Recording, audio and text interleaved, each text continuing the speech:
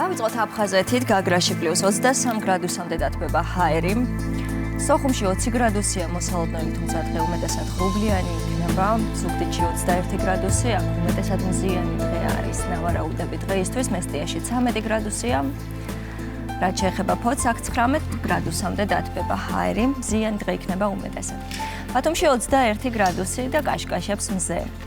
ოზურგეთში 22 გრადუსია, გურიაშიც მზეა, მეგობრებო. ქუთაისშიც 22 გრადუსია, უმეტესად მზიანი იქნება დღე. ამბროლაურშიც 22 გრადუსია ნავარაუდები. რა ხდება ახალციხეში, აქ 17 გრადუსამდე დათბება ჰაერი. ბორჯომში 16-ია ნავარაუდები, უმეტესად მზიანი იქნება აქაც დღე. ბაკურიანში 14 გრადუსი, დღე უმეტესად მზიანი იქნება. გორში მზეა, 18 გრადუსამდე დათბება ჰაერი. 18 გრადუსია მოსალოდნელი ცხინვალშიც. სტეფანწმინდაში 12 გრადუსი და მზე. გუდაურში 11 გრადუსია ნავარაუდები. ჰაერის ტემპერატურა 19 გრადუსამდე დათბება თელავში. რუსთავშიც 19 გრადუსია, თუმცა დღე უმეტესად ღრუბლიანი იქნება.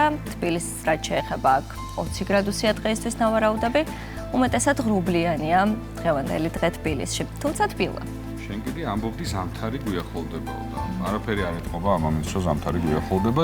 კარგა ხანს გასტანა ამ თბილმა. შემოდგომის ბოლო თვეც და ბოლო პერიოდიც არის საკმაოდ მზიანი. იცი რა, ასეთები ვართ ზოგადად მშვილდოსნები. გვიყვარს ხოლმე ამ საჩუქრების კეთება სხვა ზოდიაქოს ნიშნებისთვის და ეს ამიდით ჩვენი დამსახურება, მე ასე მგონი. ხვალიდან იწყება მშვილდოსანის ეპოქა და მოდი დაიბრალებ რაღაცებს. არა, მანამდეც ხომ მუშაობდით მშვილდოსნები, რომ ეს მზე ყოფილიყო და სითბო და კარგი ამინდები.